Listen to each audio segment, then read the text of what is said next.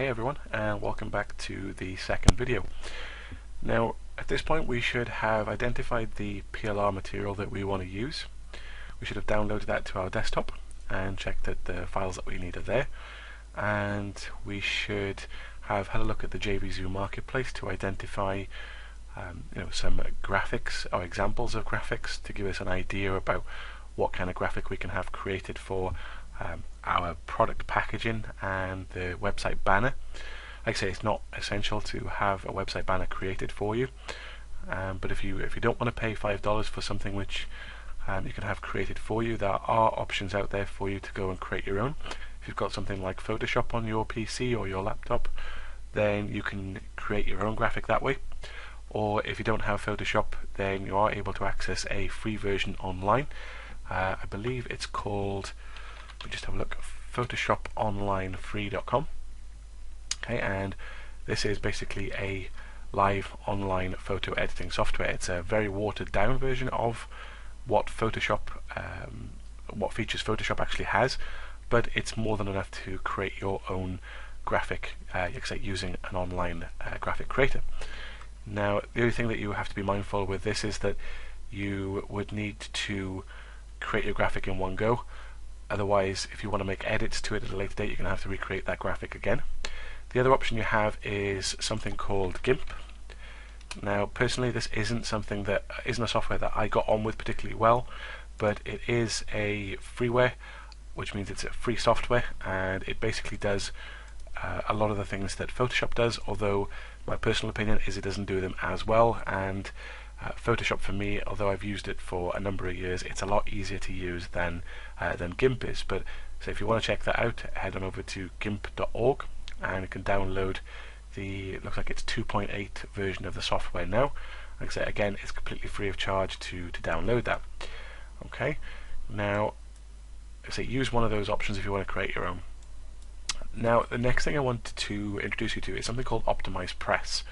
Now, this is a paid-for product, and for me personally, it's the best software tool that I've invested in all my time working online. I bought the very first version when it came out a few years back, and this second version was released probably around 18 months ago, maybe by now, and this was Optimize Press 2.0. And this second version is by far, like I said, the best software I've ever bought online, and it's made a lot of processes very simple, and it takes an awful lot less time to create pages, as I'll show you in a minute now. So this is one of your options if you want to build things very, very quickly and have them customized, very, very quickly as well. You can build sales and marketing pages in literally a matter of minutes.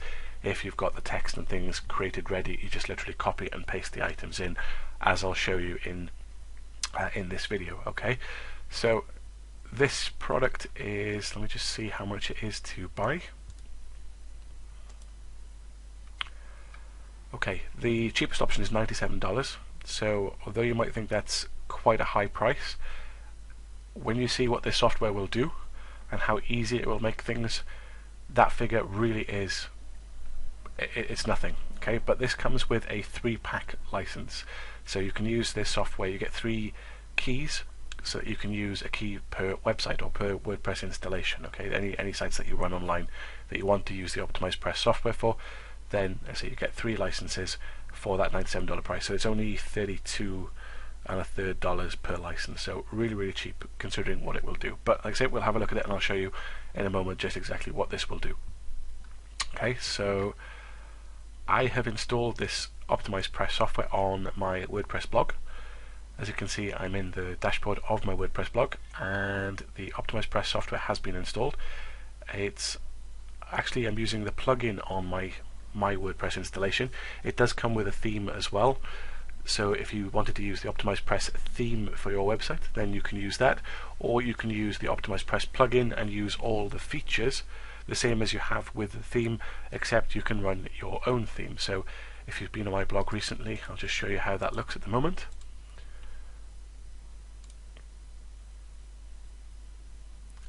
And my internet is very, very slow this evening, so I'm just hoping that I'm going to have the opportunity to record these videos with no issues.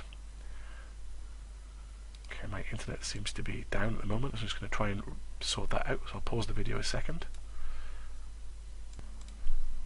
Okay, I think that's resolved itself now. Okay, it looks a little bit differently because I'm viewing this in a compressed window. This is only a part of my screen that you can see, so normally you'd have both sides appearing instead of just that column being closed, but because the theme is responsive, it actually adjusts to the screen that it's being viewed on. Okay, so it will adjust itself, like I say, depending on how big. And if I stretch that over a bit further, you can see that that other side pops in. Okay, but this is my theme for my blog. I'm not using the Optimize Press theme, but let me show you what it can do. So what you need to do is to start off with a page. Okay, so you head over to Optimize Press and we go to Page Builder. Okay, it works in a pop-up fashion. So let's say I want to call this product something like traffic. I will just call it traffic product for the purpose of this video. Okay, so this is the name of our page, the same as you would name a page inside the regular way of creating a page inside your WordPress dashboard. And we're just going to check availability to make sure it's available, so that we don't, because if it's not available it won't let you create a page with that name. Okay, so it is available, so we'll just run with that. And then what I'm going to do is I want to start off with a blank page, because we're going to build our own page in this. So I'm just going to select blank page and proceed to step 2. And I don't want a landing page as such, I just want a marketing site page. Okay, so I'm going to select that option, proceed to step 3, and I'm just going to select this rounded corner one. Okay, because we can have, like I say, a rounded corner for our sales page, essentially what this is going to be. Okay, so you can see that there are other options. You can have, again, rounded content, but this has got well, actually it doesn't have a border around it. You can just about make it out, and there's a flat border on this one, so you can see there's solid lines, no curves. And this one has, it says it's a raised header, giving header banners more of an impact. Okay, so you can see that it's got that little bit of a fold in there. I'm hoping you can make that out on this video. But for the purpose of this, just go for rounded content. So we select that option and proceed to step 4. Okay, and for now I'm going to leave this as it is, and we'll move on because we can add those things later on if we need to. Okay, so you can choose the color scheme if you want for page color settings, and you can have things like exit redirects on here, mobile redirections. So if somebody's viewing your page on a mobile phone, you can have certain options for them. You can run custom scripts, so you can have a script in your header, your footer, or custom CSS. So this is handy for sort of other plugins that you want to use that link in to do a particular function on your page. But we're just going to leave this as it is and start off with a blank canvas. Okay, so this is our page. Okay, now what I'm going to do is I'm just going to see if I can bring this out of the screen a little bit so that we can see the full width of the page here. Okay, it seems to just be stretching it with it, but we'll run with it as it is at the moment. So what I'm going to do is I'm going to open up the documentation that we had for the website, and I'm going to open up this index page. Okay, so this is the page that we had with our PLR material. So what I want to do is basically to replicate this. Okay, and it is really simple to do using the Optimize Press software. So I'm just going to highlight this header first of all, right click and copy it. I'm going to go back into our page. I'm going to add a new row in here, and you can see this has got a lot of features in, and it's actually going to cut some of these off, which is frustrating. You've got a choice of columns that you can lay out the page in. You've got some more options about how you want to split those columns. Okay, and you've also got some different features here as well. Okay, so like if you're having you can create an opt-in page basically immediately just by adding those, just by clicking that and inserting that into the page. Okay, so for this one, I'm just going to go for one column. I know you can't see that here, but we're just going to add that in and go to insert into page. So now we're able to add an element to that section. So I'm going to add an element, So this has got a lot of built-in features, and I'm going to type in here headline. I know you can't see this, and I really do apologize for how this is looking. I'm not sure if I can. I can move that out of the way. Great. So let's select headline, and we've got a choice of how the headline is to appear, but we're just going to pick the standard headline with no styling, and then we're going to delete the text that's in there. I'm going to paste this plain text to make sure that it doesn't carry any formatting through with it, and then I'm going to paste that text in there, and then I'm going to pick the size of the font that I want.